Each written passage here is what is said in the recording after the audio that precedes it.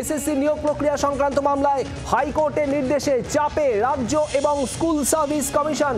আপনাদের জানাই, সুপ্রিম কোর্টের নির্দেশ মেনেই নিয়োগ করতে হবে, একেবারে স্পষ্ট জানালো আজ আদালত। নির্দিষ্টভাবে চিহ্নিত অযোগ্যদের বাদ দিয়েই এসএসসিতে নিয়োগ করতে হবে।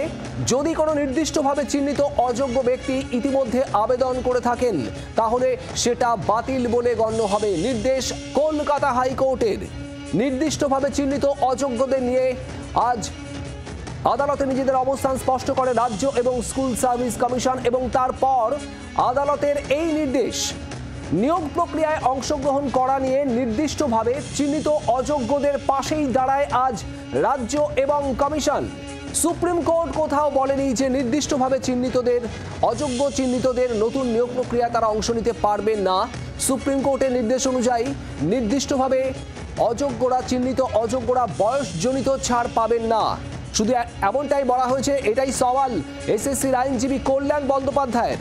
আজ কল্যাণ বন্দ্যোপাধ্যায় কলকাতা হাইকোর্টে এসএসসির হয়ে এমনই সওয়াল করেন চিহ্নিত অযোগ্যদের পক্ষে।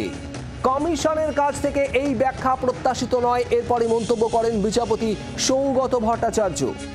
সুপ্রিম কোর্ট নির্দিষ্টভাবে অযোগ্য বলে চিহ্নিত না হওয়া ব্যক্তিদের 31শে ডিসেম্বর পর্যন্ত চাকরি করার সুযোগ দিয়েছে, মানে এটা নয় যে নির্দিষ্টভাবে চিহ্নিত অযোগ্যদের গোটা প্রক্রিয়া থেকে বের করে দিয়েছে।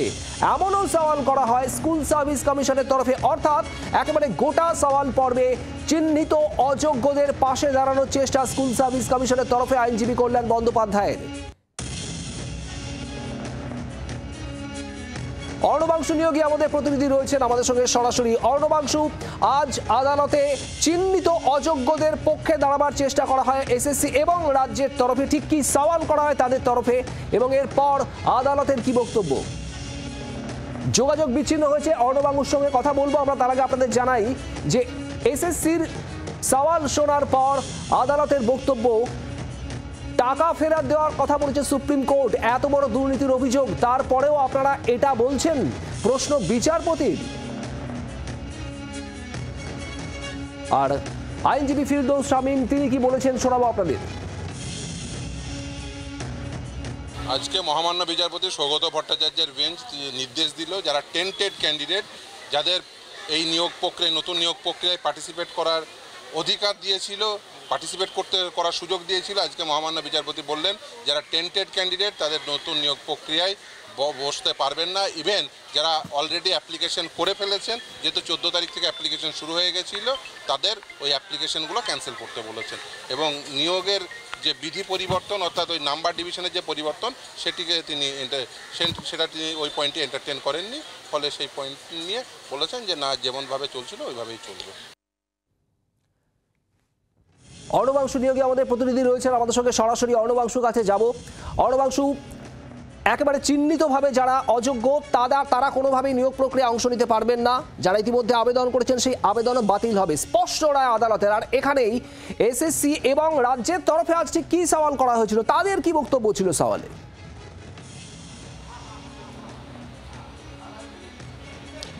শুভদীপ, যে অযোগ্যদের সুযোগ দেবার জন্য রাজ্য সরকার এবং কমিশন যারা যে যুক্তিজাল ছিল, তাদের সেই যুক্তিজাল কিন্তু কোনোভাবেই আদালত গ্রহণ করেনি।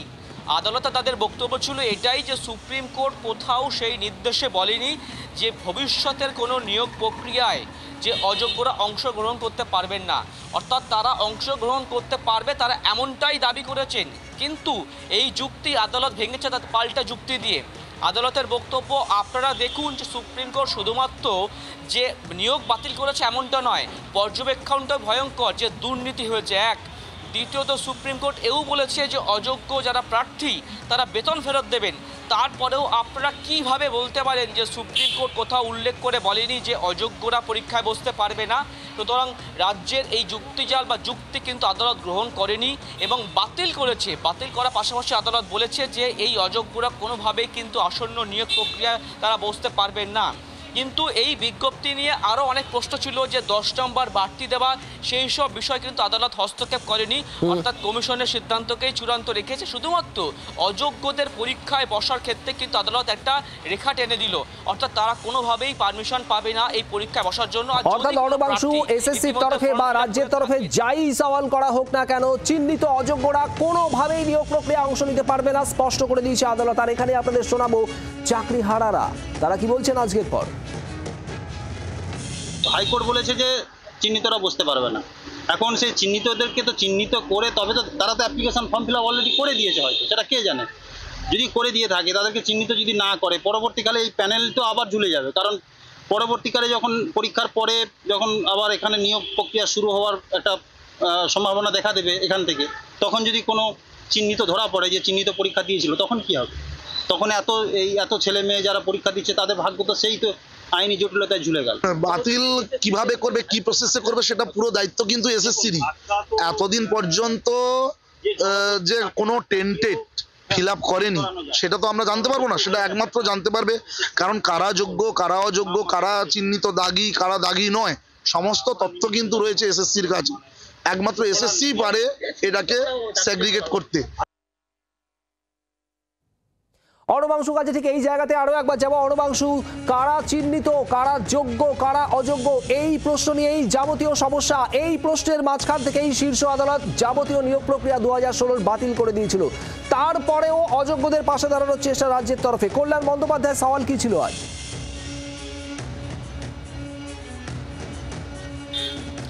কল্যাণ বন্দ্যোপাধ্যায় তিনি বলেছেন যে কোথাও কমিশন মানে সুপ্রিম কোর্ট বলেনি যে অযোগ্যরা চান্স পাবেন না।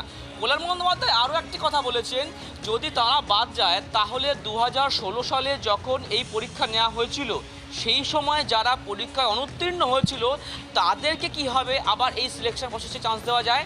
অর্থাৎ তারা একটা পাল্টা যুক্তি করেছে, যারা অতীতে ফেল করেছিল, অযোগ্য না, যারা ফেল করেছিল, অনুত্তীর্ণ ছিল, তাদেরকে কেন অনুমতি দিচ্ছে বসার জন্য, তাহলে এরা কেন বাদ যাবে? অর্থাৎ তিনি বলছেন দুজনই বসুক, কিন্তু এই যুক্তি মানেনি আদালত, সেই কারণে কিন্তু তাদের বক্তব্য উড়িয়ে দিয়েছে, নস্যাৎ করেছে। আমরা যা খবর পেয়েছি যে সিঙ্গেল বেঞ্চের নির্দেশ কপি হাতে আসা পরে কিন্তু ডিভিশন বেঞ্চ অথবা সুপ্রিম কোর্টে মুভ করবে কমিশন, অন্যদিকে যে লার্জার বেঞ্চ সেখানে কিন্তু মুভ করবে অযোগ্য প্রার্থীরা।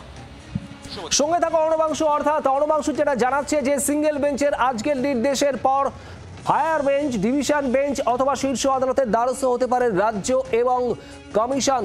আজ এই চিহ্নিত অযোগ্যদের নিয়োগ প্রক্রিয়ায় অংশ নেওয়ার সম্ভাবনা একেবারে খারিজ করে দিয়েছেন কলকাতা হাইকোর্ট। কলকাতা হাইকোর্টের তরফে আজ বলা হয়েছে কোনোভাবেই চিহ্নিত অযোগ্যরা নিয়োগ প্রক্রিয়ায় অংশ নিতে পারবে না। যে নতুন নিয়োগ প্রক্রিয়ার বিজ্ঞপ্তি জারি করা হয়েছে এসএসসির তরফে, সেখানে নিয়োগ প্রক্রিয়া শুরু হবে, কিন্তু সেই নিয়োগ প্রক্রিয়ায় অযোগ্যরা কি যোগ দিতে পারবেন? যদি অযোগ্যরা যোগ দেন কিভাবে তারা যোগ দেবেন, এই মর্মেই মামলা হয়েছিল। আর সেখানেই কলকাতা হাইকোর্টের বক্তব্য, চিহ্নিত অযোগ্যরা যোগ দিতে পারবেন না কোনোভাবেই নিয়োগ প্রক্রিয়ায়। কথা বলবো এই মুহূর্তে আমাদের সঙ্গে রয়েছেন টেলিফোন লাইনে সিপিআইএম নেতা সুজন চক্রবর্তী। সুজন বাবু, রাজ্যের তরফে বলা হয়েছিল যে সুপ্রিম কোর্ট কোথাও অযোগ্যরা নিয়োগ প্রক্রিয়া অংশ নিতে পারবে না, কথা বলেনি। আর এখানেই আদালতের তরফ, কলকাতা হাইকোর্টের তরফে একদম স্পষ্ট বলে দেওয়া হলো যে চিহ্নিত অযোগ্যরা কোনোভাবেই নিয়োগ প্রক্রিয়া অংশ নিতে পারবে না, যদি আবেদনও করে থাকেন তা বাতিল হবে। কি বলবেন? দেখুন, অযোগ্য বা যোগ্য এই শব্দটা বেঠিক হচ্ছে। কোর্ট বলেছে টেইন্টেড, যারা টেইন্টেড, আর বাকি যারা এখনো টেইন্টেড নয় বা টেইন্টেড বলে বোঝা যায়নি, টেইন্টেড দাগ যাদের লাগানো লেগে গেছে তারা অবশ্যই পরীক্ষায় অংশ নিতে পারবে না। এটা সুপ্রিম কোর্টের কথাতে স্পষ্ট। কল্যাণবাবু কেন সেটা বুঝলেন না, সেটা কল্যাণবাবুর সাবজেক্ট। আজকে হাইকোর্ট আবার স্পষ্ট করে দিয়েছে রাজ্য সরকার কার্যত এই টেইন্টেড যারা বলেছিলেন যারা যোগ্য নয় তাদেরও আমি দেখে নেব, তাদের ব্যবস্থা আমি করবো, তো উনি তাদের ব্যবস্থা করবার জন্য কার্যত চুরির চাকরি তাকে প্রশ্রয় দেবার জন্য বেসিক কাজ করছেন। কোর্ট আজকে আরো স্পষ্ট করে দিয়েছে। কল্যাণবাবু কি বোঝেন সেটা কল্যাণবাবুর সাবজেক্ট। ধন্যবাদ। সুজন চক্রবর্তী সিপিআইএম নেতা আমাদের সঙ্গে ছিলেন টেলিফোনে। আরো একবার আপনাদের জানাই, কলকাতা হাইকোর্টের তরফে আজ স্পষ্টভাবে জানিয়ে দেওয়া হলো চিহ্নিতভাবে অযোগ্যরা কোনোভাবেই নিয়োগ প্রক্রিয়ায় অংশগ্রহণ করতে পারবে না। নতুন যে এসএসসি নিয়োগ প্রক্রিয়া শুরু হতে চলেছে, যার বিজ্ঞপ্তি প্রকাশ হয়েছে ইতিমধ্যেই। সেখানে যোগ দিতে পারবেন না চিহ্নিত অযোগ্যরা। চাকরি বাতিল মামলায় কলকাতা হাইকোর্টের নির্দেশে চাপে রাজ্য স্কুল সার্ভিস কমিশন। সুপ্রিম কোর্টের নির্দেশ মেনেই নিয়োগ করতে হবে।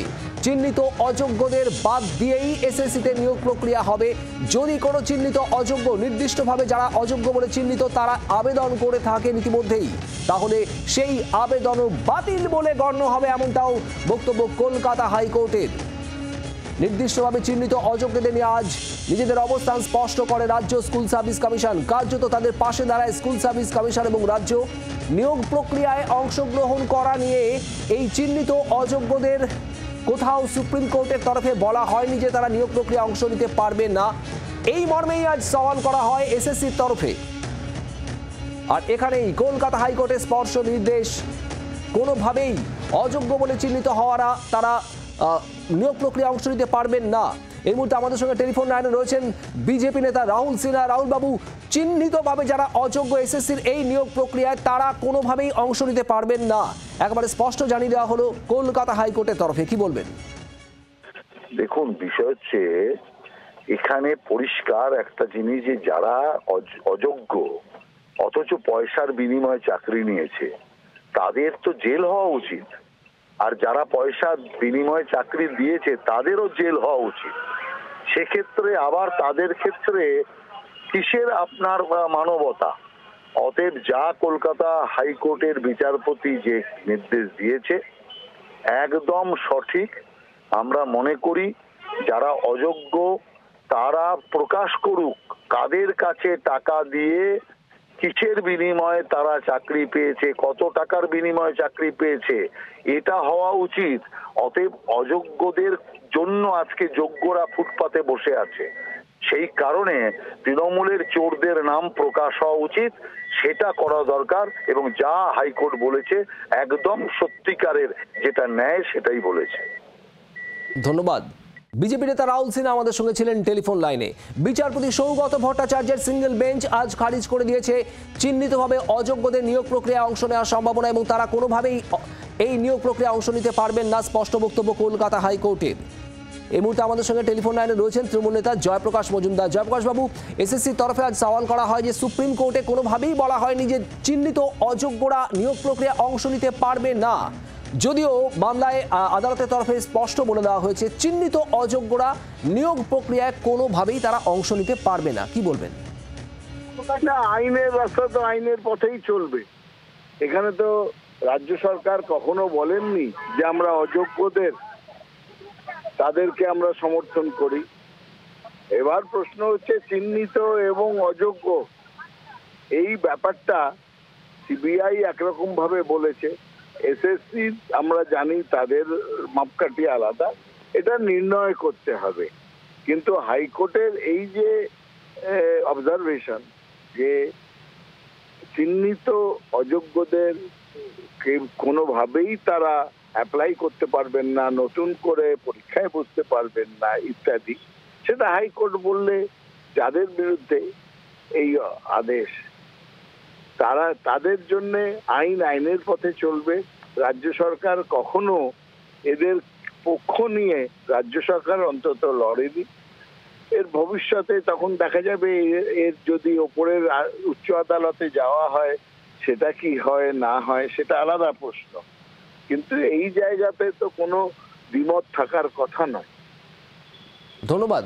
জয়প্রকাশ মজুমদার তৃণমূল নেতা ছিলেন আমাদের সঙ্গে টেলিফোনে।